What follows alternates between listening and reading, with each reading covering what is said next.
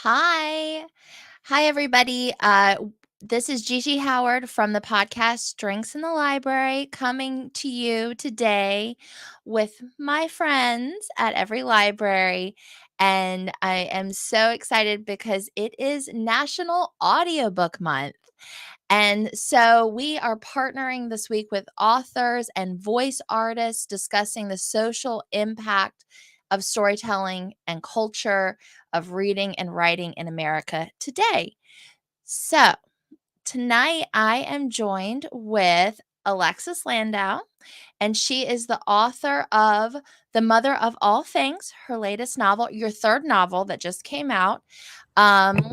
Let's see, her previous novels are The Empire of the Senses and Those Who Are Saved. And this latest novel, The Mother of All Things, just came out in May.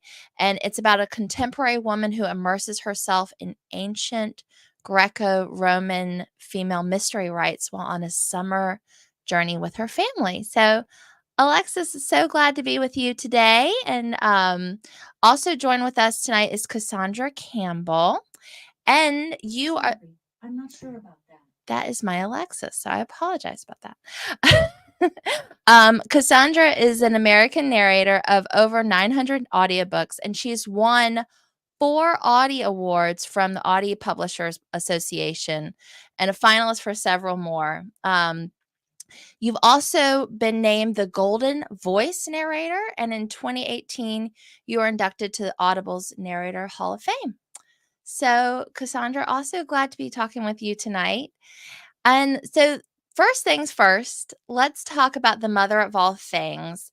So it starts in Hollywood in California, and then it goes into Sofia in Bulgaria, and it follows mom Ava, daughter Margot, and the rest of the family, and is really, I would say, a discussion or a look at all things being a woman, being a mom, being a person in the patriarchy. And so, Alexis, I'd love to hear from you. Like, what was your inspiration in getting started with that?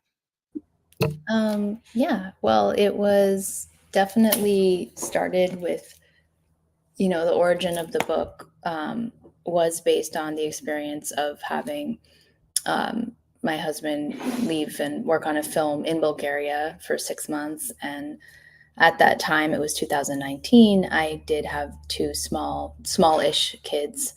And I had thought, oh, I've got this. It's no problem at all. Go ahead and pursue your career dreams. And I didn't quite realize just how hard it would be, the toll it would take. And it brought up all of these questions about women as kind of like the default caretakers of their families, but even just society in general. I was just reading this book that The Atlantic was talking about today called Holding It Together, and kind of talking about how women are basically like the caretakers of every aspect of groups of people that need care, and how in other countries they have social safety nets. So on a much broader, more universal level, I started thinking about this, but it started with personal experience. And so, yeah, I think that whole journey of kind of feeling the rage over this, and then understanding like the collective rage and that women feel, and then also the history of this, led me to include the sort of like mother-daughter parallel pair that are also having their own story. It's sort of like a book within a book that's set in 415 BC, and to kind of look at an ancient woman's life in Athens and Greece, and then sort of compare it to a contemporary woman and see like, oh, actually, even though thousands of years have passed, certain things are still problematic. There's still patriarchy. There's still, certain repressions and oppressions. And so I was interested in that as I delved deeper into the book. And it did, of course, expand and become less about my own personal experience, because it's not a memoir, and more about just these bigger themes of mothers and daughters, generational wisdom that is passed down, about motherhood and mothering, or if it's not passed down, what do you do if you don't really have that guide in your life?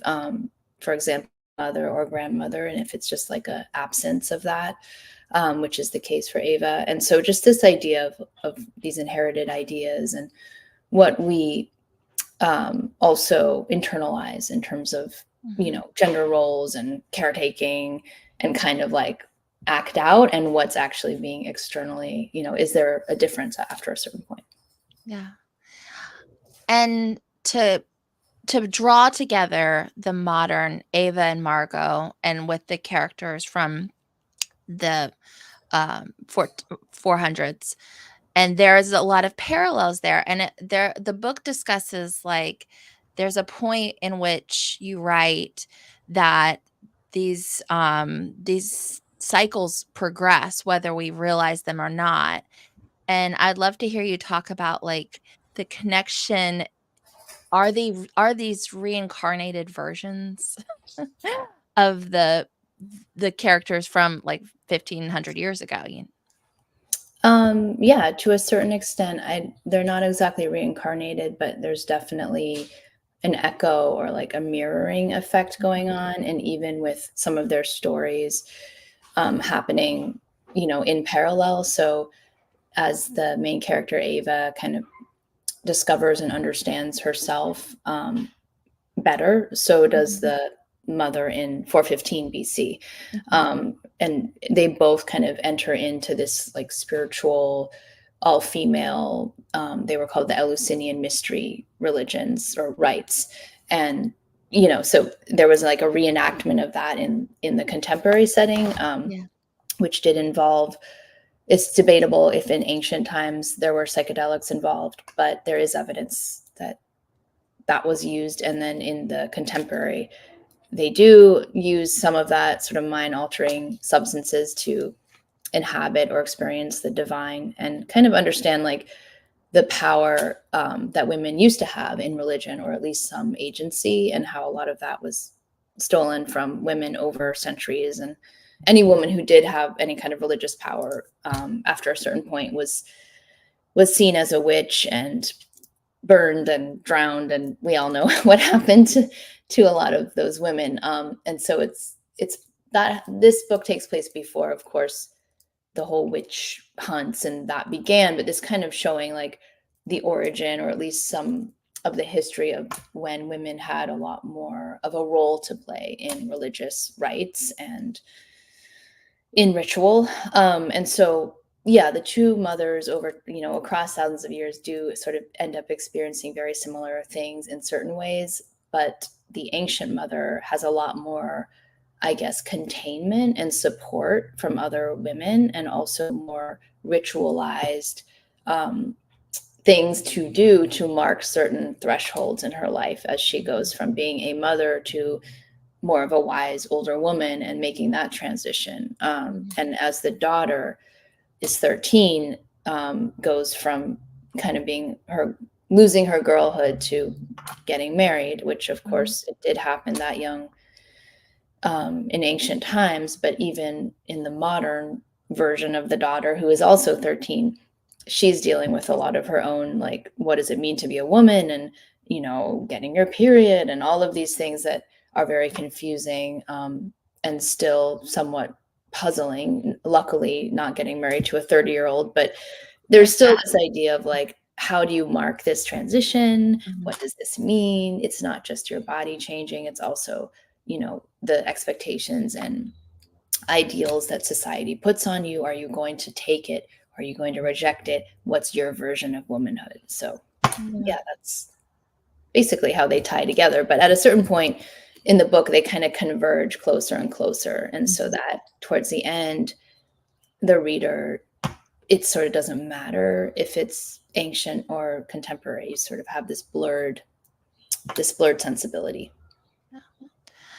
And you bring up the reader.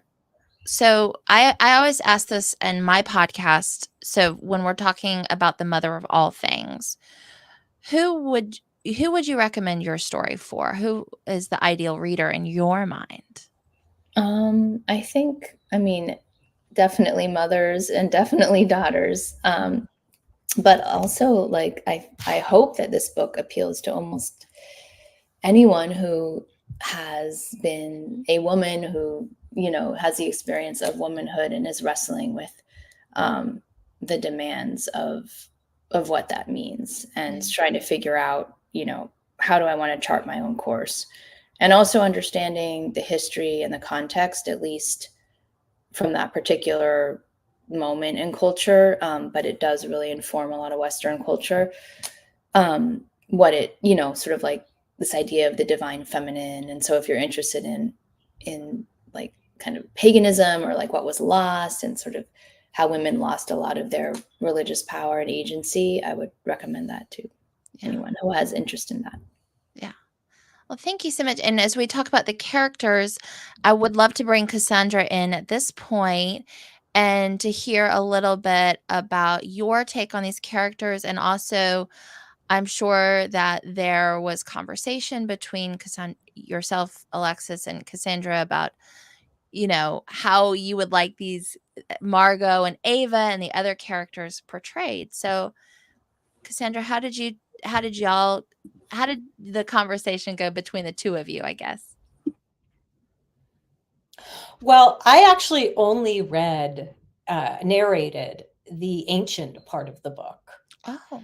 Um, yeah, so my whole relationship, I actually didn't have any contact with Alexis at all when I was prepping the book. But I did with the other narrator and with the producer, just to pay attention to, those connections. And, because the stories don't intersect in a character way, usually when I'm working on a book, there's more collaboration if you have different narrators playing the same character.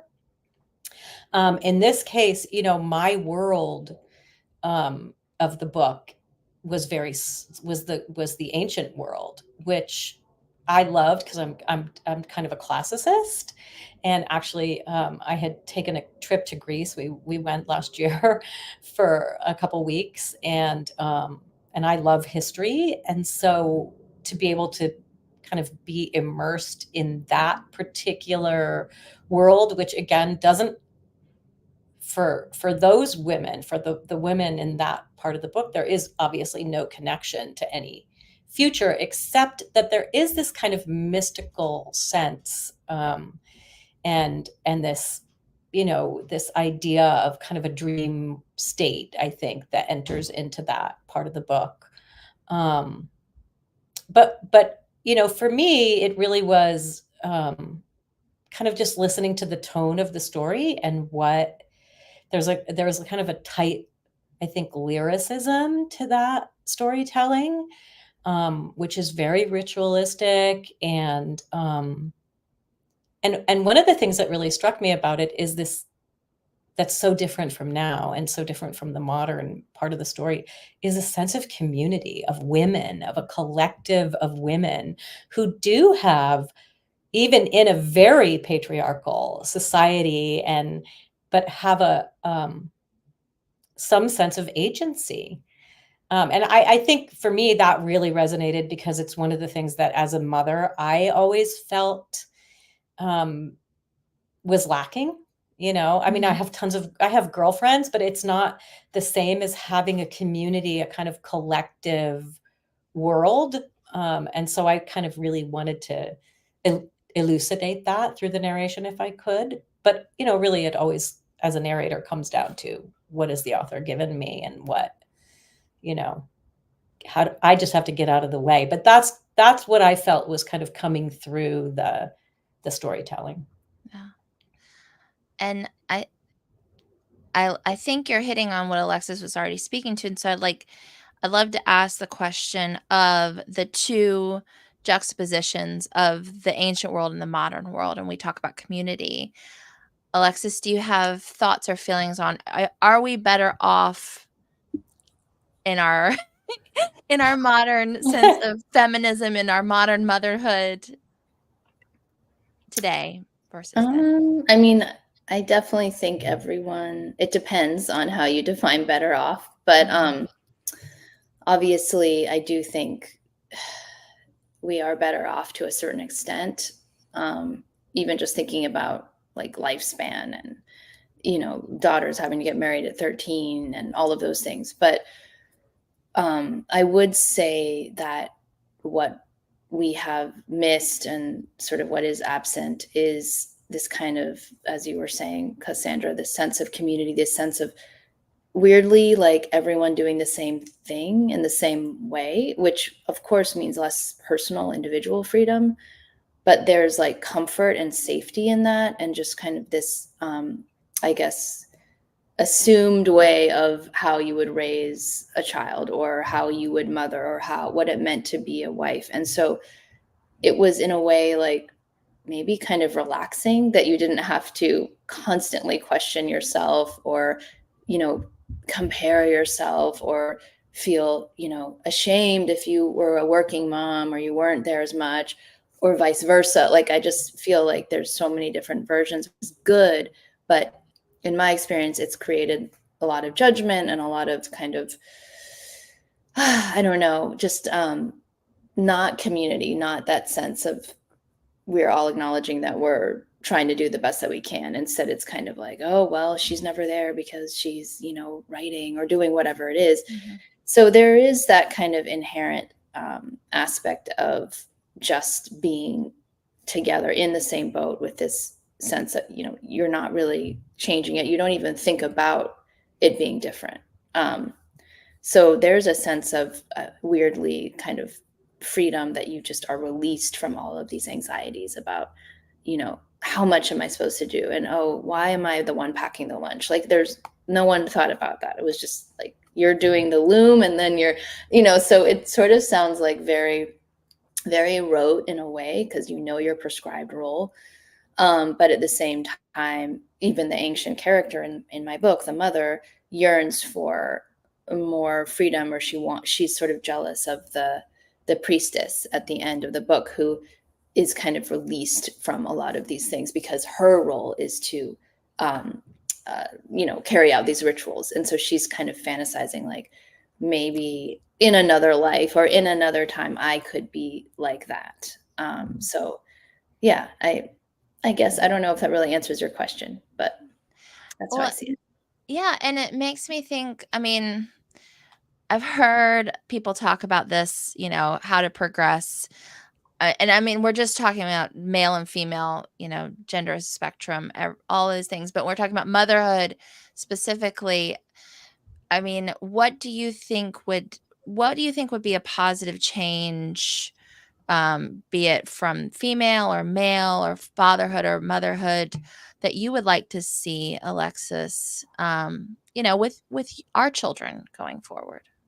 Yeah, I mean, I would like to see fathers be as devoted and dedicated and carry as much emotional and domestic labor as their partners, and to not kind of have like this cop out somehow that like biology means that women worry more or can multitask more, even if maybe that is true in some ways. And also just on a like much bigger, policy level, I think, especially in the US, there's no daycare that's, paid for by the state. Like there's, everything is up to the parents in a way, and falls on the parents' shoulders and oftentimes on women's shoulders. And they have to sometimes, stop working because childcare is so expensive. And so I think in this country, we have very anti-child, anti-family policies. And I want to see that changed in terms of more maternity, all of those things that we need. I mean, Sweden is always held up as this model because they have, I'm sure you're familiar with it, but each parent gets a year off paid when their child is born. And then at 2, the kids start preschool, and that's like $200 a month at the very most. You cannot probably physically pay more than that. And I know a lot about Sweden because my husband is Swedish. And so, I would go there and just talk to the moms there and just be blown away. And it's not like they still didn't have their gripes about it and said, oh, but yes, but we are, they were saying the system is still created, by men for us. And what would we do differently? So they, it still was created by men for women. But I think it's much, much better than what we have on a, societal level. And Cassandra, I would like to, one, do you have a response to that question? I want to give you a second if you do. Well, yeah, I mean, I agree with Alexis. I think for me, one of the, my husband and I have a very egalitarian relationship. And yet, when we, things do fall, in spite of like conscious efforts to change the paradigm, they do generally fall along gender lines. And I think, one of the things that I love in the book is that there is this echo, right, of that this patriarchal model, like these inherited behaviors, like we're still doing so much of it without that sense of community, without that sense of collective. Even, I mean, I often fantasized when my kids were little that I would have this kind of like group of moms around me, these women, these wise women, around me, to support the work of raising children. And so, yeah, do I think we need answers to that in our policy? Absolutely. Absolutely, I do. Yeah. Yeah, and I agree with you so much that I really needed wise women, a wise woman, I didn't know how to bathe my baby. I mean, I'm an only child too. Like I just didn't have a lot of exposure. And my mom, she really was not helpful in that way. So that wasn't someone, so I had to end up like hiring someone to help me figure out how to, at least deal with those very first months where I just felt completely inept. Yeah. And I went to like the new mom groups, but it just didn't have the same feeling. And everyone was just kind of talking about, oh, my child rolled over today. And then you would feel bad if yours hadn't yet. I mean, it just became like more stressful than actually just doing it on your own. And it was just, what do I do? And it's very isolating, and it kind of already sets you up to be the one where everything falls on you, And I also agree, like I have a pretty egalitarian marriage as well. And my husband is from Sweden and he seems like very progressive, but it's still like almost, I don't have the statistics. I wish I did, but I feel like probably 99% of the time, for example, the school will call them mother first. If someone, I don't know, gets a concussion or their lunch is not there or something happened, it's usually the default is the mother in, I guess, a heterosexual couple. But I have spoken to some couples who are same sex, and they, like, I have two really good friends who are two dads, and one of them feels like more of the caretaker where all the load is on him. So maybe it's just power dynamics, right? Well, that's true, because I actually have a very close friend couple where that's also their same sex. And that's exactly true, that one person takes on more of the role. But I have to think that in heterosexual marriages that there is that, it's kind of just a default. And it's learned, I think it's learned behavior. And I think it's like inherited behavior that we haven't gotten past yet, which is, what your characters struggle with, so valiantly is, and it's we're not there. I don't really know exactly how we're going to get there. I do think systemically we have a long road ahead of us. But yeah. No, it feels, I mean, when I wrote the book, I think it was like a week before Pantheon bought the book, the Supreme Court overturned abortion. And it was such a moment of maximum regression, and on the heels of, Trump and Me Too. And I was just so angry because I felt like, wait, I thought we were making progress. And then sort of like this backwards thing happened. And I think we're all aware of that. And then on top of it, yes, I agree that it's just on an individual level, very learned behavior. And sometimes I really have to stop myself. Like, let's say I'm making dinner and I'm like, do I want to make dinner? Is this actually what I should be doing with my time right now? Or is this something that I'm just doing because no one else is doing it? And if I don't make dinner, no one will eat. Like, I'm the only one thinking about it, and it's really true. And so I still struggle with it on such a, like, the level of such minutia where it doesn't seem important. But when you add up all of those small little things that usually mothers do or women do, noticing an ingrown toenail, like I took the dog to the vet right before this Zoom, because I was worried about her ear infection. Just like, it felt like everything has to be contained, and somehow again it goes back to like this caretaking impulse. And I don't want to say like, oh, like we shouldn't be caretakers or we shouldn't want to do that, but if we're the only ones doing it all the time, or like sort of like carrying that load, and then that becomes systemic and that becomes the collective response, then it's really hard to break it. So I feel like I'm constantly interrogating myself even now and having to create boundaries. Yeah. And I think especially doing creative work, that, that's a whole other conversation, I feel like, which is, is it real work? To what degree is it? To what degree is it work? What the privilege of doing it, as opposed to the labor of it, And I think that also, for me, can also fall along gender lines, or has. It definitely does. It's like, oh, why is like locking yourself up for 2 or 3 hours a day? It's so much harder to prove like that's really important, or I think, like, I mean, on the playground. And I'm talking about like extra, like outside the world, even of the family, that, that the kind of judgment of the collective mom world, at schools and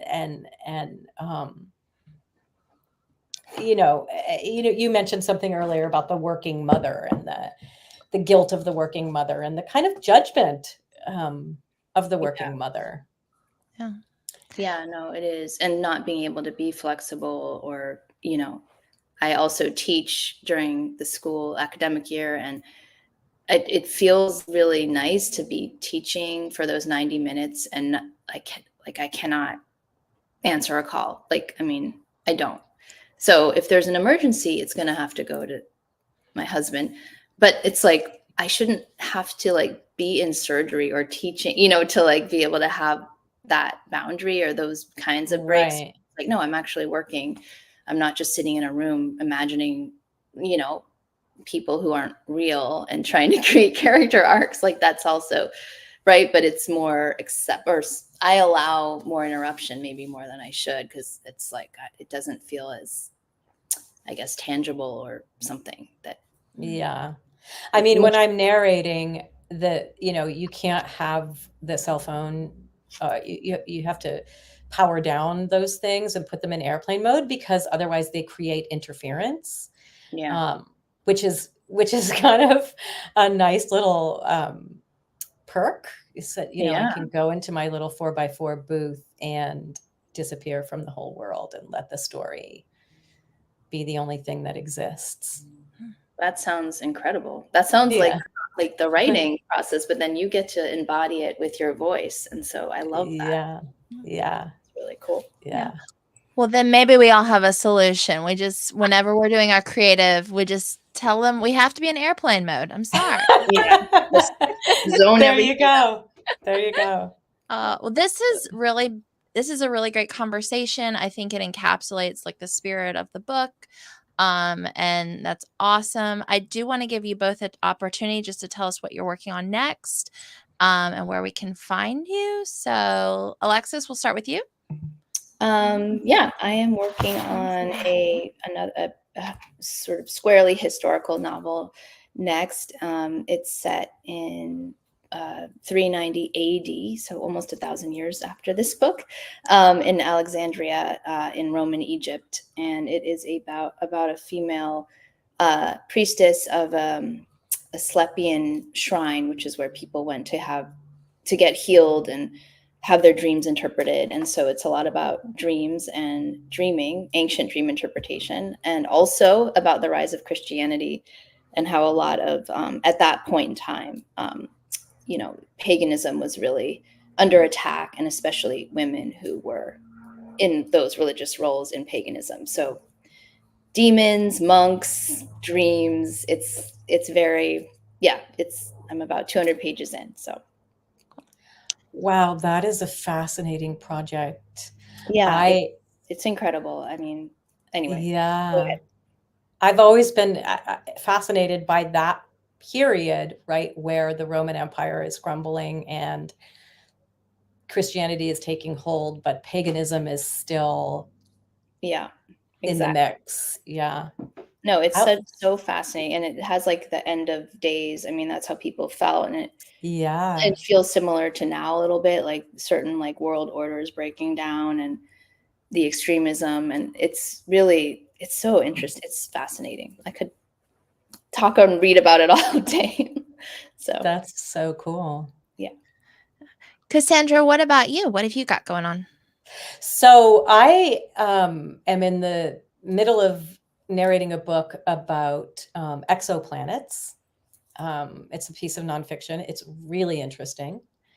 And I just finished another book that I absolutely loved called The Cliffs by J. Courtney Sullivan, who's a great writer.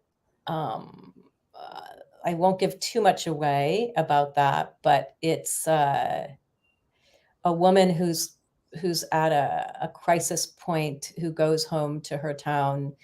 And she's a writer who has such great range.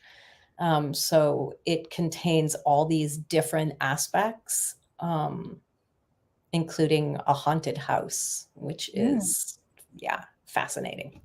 Really fun read. Cool. Yeah. Very cool. Well, y'all, thank you so much. And I'm best of luck on these new projects. Also, everybody go out and get a copy of The Mother of All Things. If you haven't already, it's wonderful. And hopefully this conversation encouraged that. It was lovely to meet you both. And I hope to see you again in future projects. Sounds good? Thank you, Gigi. Yeah. This was great fun. Thanks. Thanks, Alexis. Yeah, you too. Good night. Bye. Bye.